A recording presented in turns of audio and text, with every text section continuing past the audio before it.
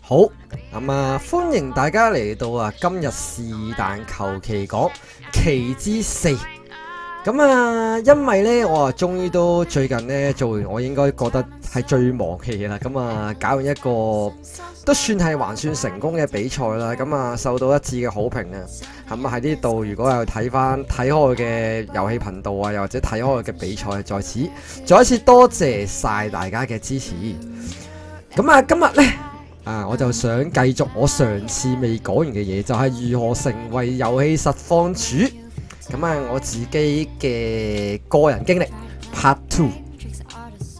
今日我想講嘅 Part 2嘢呢，就係關於一種叫 Haters 嘅文化。topic name 呢，就叫 Haters Gonna Hate。首先講到上回提要先啦。上回提要我就講過啊，哇！如果要成為一個遊戲實況主嘅話，要成功，兩種唔同嘅方法啦。最主要，第一，用實力令全世界收聲。但係用實力嘅話呢，就真係非常之唔容易啦。因為全世界呢真係攞到成績嘅人呢，少之又少，令到你可以表演嘅大賽呢，更加係少中之少。另一種呢，就係不斷咁慢慢煲起個台啦，就同一個觀眾交流啦，慢慢儲起你自己嘅個人嘅台實力啦，慢慢表現你作為一個台主或者作為一個遊戲實況主嘅魅力所在啦。兩種唔同嘅方法呢，其實呢，就算係方法 A 呢同埋方法 B 一樣呢，你都會堅持之中呢，喺呢個時間入邊都會遇到一種人。嗰一種人呢，就叫 haters。咩叫 haters 呢？所謂嘅 haters 呢，其實講到尾啦。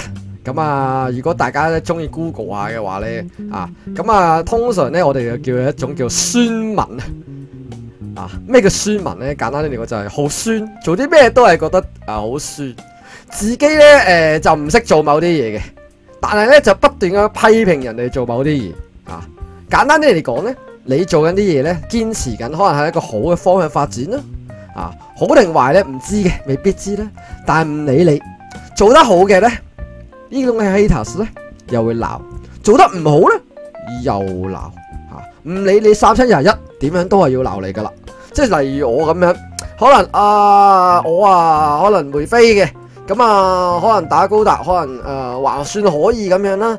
但係咧，因為最近冇比賽，或者作為一個賽評呢啲人唔參加比賽嘅。但我又教啲新手點樣打機啦。你同佢哋講咯，有啲人同你講話你好廢啊，咁你從來都未試過喺比賽度出現啊。你喺比賽度出現又咩都做唔到啊，係咪驚咗人啊？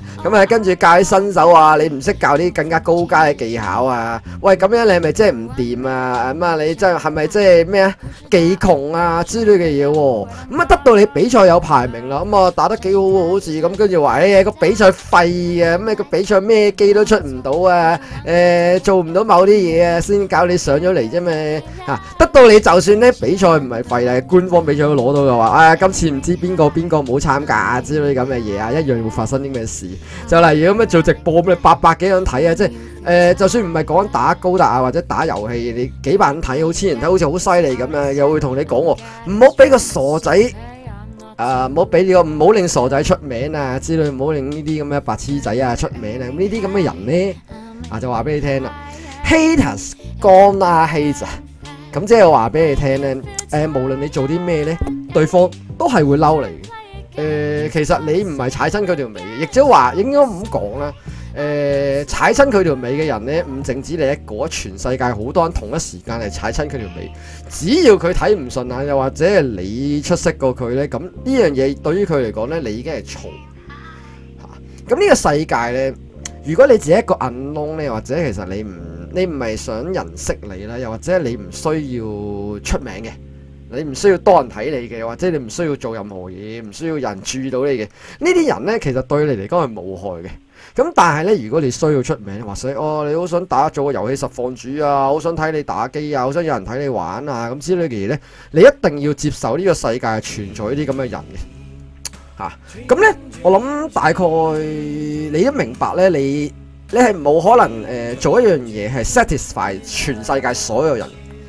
100個人咧 like 你，一定當中咧就會出現咗10零20個咁樣唔中意你啦，對你諸多批評啊。咁你要明白，100個人支持你嘅，當然會同你 like 你啊，同你講好多嘢啊之類嘅嘢。咁都好多人唔會講嘢啦，咁就默默支持。唔中意你嗰啲人咧，就會講好多唔同嘅嘢，令到你唔開心嚇。咁作為一個遊戲實況主咧，對住啲情況咧，一定要發生。唔好聽嗰句咧，你唔出名嘅話咧，你係唔會發生啲咁嘅事啊。你出名咧，你先會發生啲咁嘅事。如果你發現有一日咧，你要見到啲咁嘅呢啲咁嘅 haters 咧出現喺你嘅台，又或者出現緊喺你人生路上咧，其實咧你係要你要感激嘅。咁啊，我唔會講啲好似類似教會上嘅嘢啦。感激啊，咁啊，你要感激啲咩咧？啊，就係感激咧，佢哋有出現啊，因為一定會出現，證明咗你做嘅嘢真係有有效果，所以先有啲咁嘅叫 haters 出現嚇。咁啊，到底咧，作為一個遊戲實況主啊，到底我哋遇見啲咁嘅情況咧，好彩嘅話咧，佢即係留個言啊，即係喺你條片完咗之後留個言酸你啊，又或者討論區啊，同你講兩句啊，喺遠處咁樣懟你兩刀啊，攞啲刀仔篤一篤咁樣，好似不痛不癢咁啊！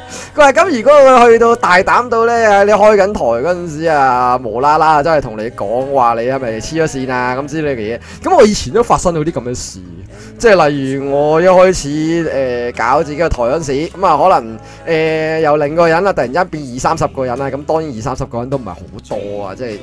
對比起今日好少啦，咁啊，但係都會有無啦啦入嚟咯，問你一句，第一句就問候你係咪即係咪 Onyx 啊，係咪白痴啊之類嘅嘢嗱。咁到底啊，見到呢啲咁嘅情況咧，我哋作為一個遊戲實況主啊，一定要俾反應，唔好又話睇到哇呢個咁嘅人啊，咁啊完全唔俾反應，唔理佢嘅，唔得噶噃。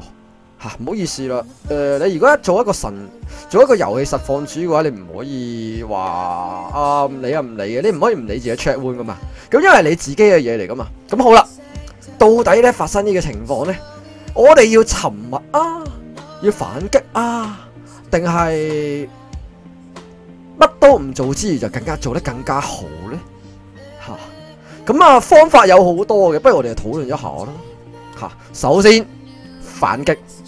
嗱，我話俾你聽，我真係見過有人咁樣做嘅做 streamer 見唔啱嘅，即刻 ban 你即係唔啱嘅意思咧，即係可能其實唔係 exactly 真係鬧緊你嘅，串緊你嘅，可能即係有少少你唔中意啊，例如你唔中意佢話你點解，哇你可以做得更好喎，嗰啲位即係你摸坑嘅，你劈條龍咧，你唔應該劈佢條尾先啊，應該劈個頭先嘅喎，咁嗰啲嘢咧，因為有時咧啲遊戲實況主咧莫名其妙地咧對某啲嘢非常之執着嘅，咁啊見到呢啲話唔啱，我係要打尾先啦，我理得你喎，我中意嘴咪點啊，你唔中意啊你唔走咯。咁跟住有時有啲觀眾咧會繼續再反擊，你使唔使咁嘅樣啊？咁你無啦啦鬧我發生咩事？咁跟住有啲台主唔理嘅，直病唔要所有唔啱聽嘅聲音，一都唔要。咁咧呢啲咁嘅台咧，通常咧就會引好多嘅 haters 出嚟嚇。咁我頭先講過咧 haters 一定有啦。我唔記得咗講咧，如果你個 haters 嘅比例咧我當你如果真係有心做一個 game streamer 啦 ，haters 一定有嘅。我個人覺得最理想嘅比例咧，73啦，73到82啦，咁已經係我覺得已經係明星級嘅嚟㗎啦，即係咩鄧麗君啊嗰類咧，73先會有7382，咁好多人都會唔中意，一樣會有唔中意嚇。咁一般咧，如果你話即係做到565啊64咁咧，已經有一個可以做到一個出色嘅台主嘅，老實講。55係普通啦，6473係最正啦，6473係最正，即係差唔多個73啦，就最正嚇。咁但係一定係會有 haters，我再講多次。咁但係咧，如果你咁樣玩呢個 ban 法嘅話，老實講，個人嚟講咧唔咁建議嘅，因為你好容易有少少，你咁聽落去，其實你會覺得有少少細路仔。首先咧，你會 ban 咗一啲有機會最後同成為你由 haters 變為咗一個中意你嘅人啦嚇。咁啊第一件事啦，第二樣嘢咧，你咁樣 ban 完人之後咧，人哋會同你不斷咁樣宣傳開去。即係咧，你都知咧，hater 入到嚟咧，其實最想你係咩咧？最想你撲啊嘛。咁其實你係俾佢係揾咗位俾你入去嘅。咁你入咗去之後，佢咪可以周圍同人講話，哇呢個咁嘅台主啊，乜乜物物啊，無啦啦 ban 鬼人啊，大家唔好入去啊咁嘅樣。個人覺得如果你有心搞一個台嘅話咧，之前都講過 EQ 好重要嘅。let it go 啦，即係呢啲有時咧唔會樣樣嘢，佢哋啲留言唔會樣樣都上心，唔好太將你嘅自己嘅情緒放得太大。如果唔係嘅話咧，你以為自己嗰個地盤咧係你咧，然之後咧周圍咬入嚟嘅所有人咧，未必太好嘅。老實講啦，因為你開台其實想多啲人入嚟，但係你亂咁咬人咧，個人覺得就有少少保留嚇。咁啊，另一樣第二個方法，頭先就所謂嘅保持緘默唔理嘅，因為覺得唔啱就算啦，知道點講都冇用啦，就費事同人講。老實講啊，呢個方法咧，我會覺得好過頭先講嘅第一個方法嘅，但係係唔係話好到咧就真係就咁算咧？即係咪好過得意就算數咧？個人嚟講又唔係，因為咧你咁樣係唔會進步。game streamer 又好啦，我覺得做人又好啦，你唔可以永遠咁樣放自己喺。唔可以永遠圍住自己轉，即係唔可以話哇！我開個台出嚟，呢個就係我個台啦。我中意講咩係我嘅事，呢個世界所有嘢呢，同我無關。總之入到嚟，全部都係我嘅嘢嚟噶啦。咁樣係唔得嘅，因為一樣米養百樣人啦。你嘅諗法呢，其實當然有人會跟隨你啦。但係你要留意一件事就係，當你講緊嘢嗰陣時，唔會所有嘢人哋都係中意聽。如果你唔聽下人哋講嘅嘢嘅話呢，冇用噶，你明唔明白？即係你個人都唔會進步。你作為一個 live streamer，你如果唔聽人去講嘢嘅話，人哋有時有啲意見咧係有用嘅。即係你自己都要分得清楚，到底邊個係 haters，邊個係 advisor。即係你自己要咁嘅判斷。你唔可以話啊，總之咧我就淨係做自己一套，我開台乜都唔講啊，我淨係做自己嘢，我打我自己機。有人同我講話我摩亨我應該劈頭定劈尾啊咁之類嘅嘢，其實呢啲係一個好好嘅討論話題嚟。咁但係你聽到啊，你唔理啊，總之我就劈尾咯，有得你咪咁講咯，枝枝蔓蔓咁嘅樣。個人覺得唔得嘅，咁樣唔得嘅。你要知道一件事，就係佢哋係你觀眾，你哋唔可以唔理佢，即使佢係 haters， 佢入到嚟你都一定要招呼佢。個人覺得係要招呼噶啦，冇計嘅。你開台當然啦，你可以活喺你自己世界入邊，但係你要出名嘅話，就係唔中意嘅嘢佢都會飛埋你，唔中意嘅嘢你都要處理。個人覺得係㗎，有啲辛苦嘅，但係唔緊要啦，你用你嘅 EQ 壓住佢咯。咁所以咧，又引申出第一、第二樣嘢都唔得。個人覺得咧，真正成功嘅 streamer 咧 ，live streamer 咧，就需要有第三樣嘢，就係沉默啦，又或者係輕輕帶過佢哋啲唔好聽嘅意見咧，又或者係更加難聽冇意義嘅說話啦吓，即係講 haters。如果真有 haters 嘅話，輕輕帶過咯吓，從中揾到啲真係有用嘅嘢，然之後我哋做得更加好咯，去嘗試。咁啊，以我所知咧，達哥一開始都係咁樣做噶啦吓。咁啊，個人咧都覺得咧係非常之有取向咧，就係做呢啲咁嘅事。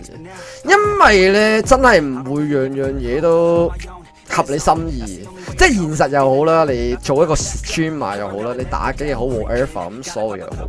咁啊，我以前咧，咁啊啱啱會考完之類嘅嘢咧，咁我走咗去屯門工作咁嘅樣。咁啊，當年咧17蚊一個鐘啊，跟住咧我自己住黃大仙區，我就喺過去屯門嗰度做嘢，其實好辛苦。咁啊有一日咧，我係幫澳洲公司做嘢，幫澳洲公司包糖，我都記得。咁啊有一日咧，佢個澳洲老細咧就澳洲嚟香港，咁啊隔住個窗望到我做嘢，我都唔識佢啊！第一句同我講話我做得好差，佢睇咗我3分鐘都冇，佢話我做得好差。沉默咯，我真係嬲噶，沉默。但係我做得更加好，因為佢講嘅嘢可能未有道理咁樣樣。咁啊，到最後我話俾你聽個結果就係，當年個暑期工完咗之後，下個年咧，咁佢個老細嗌我過去幫佢手，因為我已經做得比其他人更加好。我除咗識包糖之外，仲識玩職車啊，即係所謂推車啊，即係識入貨啊、落貨啊，做埋啲拉獎啊、做 leader 啊咁之類嘅嘢。我想講嘅就係有時咧 haters 咧，雖然佢哋全部都係 hate 啦，成日 haters 講得 hate 啦，但係佢哋就算咧幾唔中意都，有時咧佢哋講啲嘢咧，有啲位咧係真係可以令到你成長。咁但係你都唔需要同佢哋講，因為你同你哋講啲咩咧，你都係錯。即係就算係你俾1萬蚊啊、2萬蚊佢都可以同你講話。啊！你條友啊，俾萬幾2萬蚊，我想賄賂，我話錢我收咗啦，嘢我繼續串你噶啦，唔好意思，咩都會嬲一餐嘅啊！好難唔去完全，即係好難完全唔 ignore 呢啲咁嘅留言啊！我個人覺得嚇，既然唔可以 ignore 嘅話咧，如果咧真係有人喺度搞事，我咧即係遇過呢半年咧遇過好多次。笑下咯，由佢啦，由佢啦嚇！少女藏刀啦，因為佢哋有時講啲嘢咧，有啲位咧，你係真係可以吸收嘅。但係咧，通常咧，佢哋嘅語氣都係令想你斬死佢嗰個多過你係想喺入邊學嘢嚇。咁呢啲咁嘅情況咧，其實你都係要處理少女藏刀聽完勸佢唔可以再咁啦，唔可以繼續鬧落去啦。即係例如我搞比賽嘅，咁啊有啲人咧見到人哋打得差，一定要同你講話，哇呢條友打得好廢啊，乜乜乜乜啊，你都知啦。台下嘅人咧，指台上嘅人咧，係一件好容易嘅事嚟噶嘛。就算咧我個台講到明要尊重人啊，尊重對手，尊重參賽者，有啲人係唔聽你嘅，因為佢唔尊重你，佢唔尊重個台，佢唔尊重參賽者，佢本身就係唔尊重人嘅。勸佢咯。勸佢唔得嘅話，跟住先嘗試去 ban 佢啊，或者做任何嘢啊咁嘅話，因為咁樣做咧會體面好多。因為咧，如果你做一個 live streamer 嘅話咧，你面對嘅咧唔係一個人、2個人，你同佢嘅對話好多人會睇得到，所以你唔可以亂咁講嘢，你需要有你嘅耐性去處理呢件事，令到其他人覺得啊，你梅飛又或者係你呢個 game streamer。你都幾尊重人喎，你唔錯喎，你呢個人格唔錯喎，我 follow 住你繼續同你傾偈，話唔定我都學到啲嘢喎。你要做一個正面嘅形象俾大家睇，你嘅 EQ 夠高，冇辦法噶啦 ，haters gonna hate 呢樣嘢係真嘅。咁我話點解話呢樣嘢重要咧？因為咧。呢個世界咧真係有好多呢種咁嘅人。其實我今日講嘅嘢咧 ，haters gonna hate 呢樣嘢咧，就唔係喺 game streamer 呢樣嘢發生，咁啊全世界都會發生。咁啊，例如林書豪咧，咁啊林書豪我諗大家都知邊個啦，咁啊 NBA 球星一個咁啊台灣係咪？咁啊曾經咧就講過咧，做過一個髮型出嚟咧，咁啊紮個辮咁咧，整到好似黑人頭咁嘅樣。咁啊，曾經咧就有一個前 NBA 球星，咁啊 Kenyon Martin，咁啊無啦啦公開批評啦，話哇我都知啦，你係想做黑人啊，因為你整個黑人頭出嚟啊，咁啊嗶哩吧啦咁樣樣。咁啊林書豪咧就回覆唔好意思啊，我都係無意冒犯呢啲種族文化噶啦。不過咧我個位咧其實就同你身上嘅中文刺青一樣啦，咁係一種文化嘅交流，一種尊敬啦咁。麻煩你可唔可以互相尊重？有樣酸你嘅啫嘛，你我貼你呢個咩整個咁嘅孖咁嘅黑人辮咁嘅造型喎，好似好犀利咁喎，我酸下你先，大把啲人咩人都好啦，呢啲咁嘅人咧，其實咧我都老實講我都忍呢啲有啲人咧。對呢啲咁嘅村民有一種唔同嘅諗法、唔同嘅睇法嘅。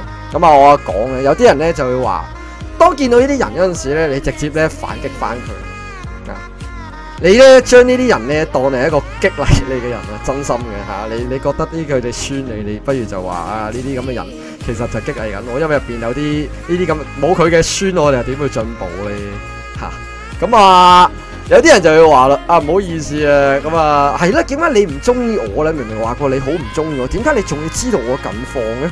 點解你睇完我成條片之後，你先話你唔中意我？咁你睇晒我條片，到底你係咪唔中意我咧？啊，咁同埋話，你有冇睇過邊個 haters 咁啊？覺得比你好咧？即係通常咧。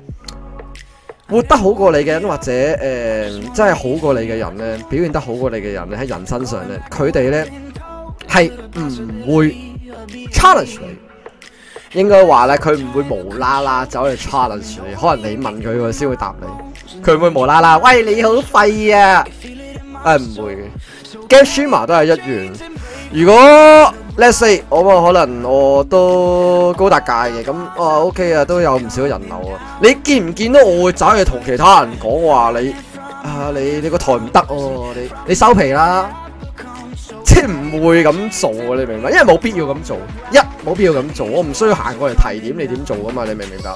第二件事我唔係屁鞋，我唔會做呢件事。咁所以佢點解會揾你？因為佢酸緊你啊嘛。咁既然佢酸緊你，你會唔會覺得開心咧？其實因為佢酸緊你，所以佢先做呢啲咁嘅嘢，唔使驚嘅，唔使驚。咁就算你得翻2-3個人可以睇你嘅話咧，有個人無啦啦喊嚟酸你咧，因為你比佢更加有勇氣做呢個 live stream 啊嘛，所以佢就入嚟酸你，唔怕啊。咁啊，接受現實啦。咁啊，呢個世界咧就係咁樣樣噶啦。咁啊，最後就想同你大家聽啦。有啲人咧唔好俾外界嘅聲音咧定義你係邊個。即係佢做啲咩嘢咧，唔需要下下都要就人，即係唔需要下下就呢啲咁嘅 haters 嚇。佢哋咧永遠都同你講，你係唔會成功，你唔應該成功。即係做咩都係錯啊！你呢啲咁嘅方法，你旁門左道啊！嗰啲咁嘅方法，你抄人，你抄達哥，你係垃圾。講呢啲嘢嘅人呢，永遠都係冇乜成就，唔需要驚。做 live streamer 會出現嘅 haters 一定會出現。點樣處理？其實可能就分到你係高手定係新手。如果你係用高手嘅處理方法做得好嘅話，我覺得你係可以做得起你個台。咁啊，今日嘅 part 2呢，我諗啊差唔多去到呢度就要完啦。咁啊，希望大家中意我呢一條討論片啦。咁啊，如果想講更加多，有機會你話我再有機會咧，再講下 part 3咧。咁啊，點解我講 haters 講到 hate 呢個問題咧？其實我一早已經想講呢一個咁嘅 topic 噶啦。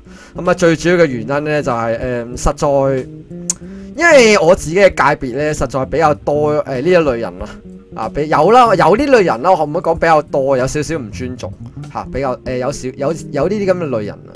咁啊，趁呢個機會就講一講點解話我有時唔係點理人，因為做呢啲位咧，令到我明白到深切體驗到一樣嘢咧，就係唔係所有嘢都係完美嘅嚇，haters 咧一定會有嘅。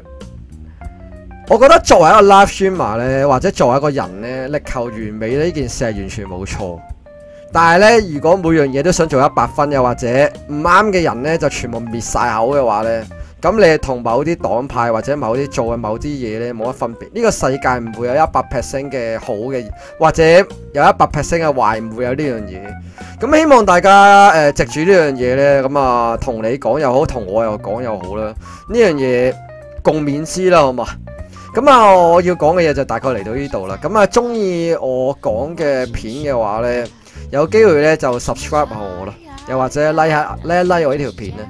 咁啊，你嘅 like 呢，又或者係 subscribe 咧，或者有啲意見呢，對我嚟講係非常之重要嘅。咁我要講嘅嘢大概係呢度咁多啦。咁有機會再見，拜拜。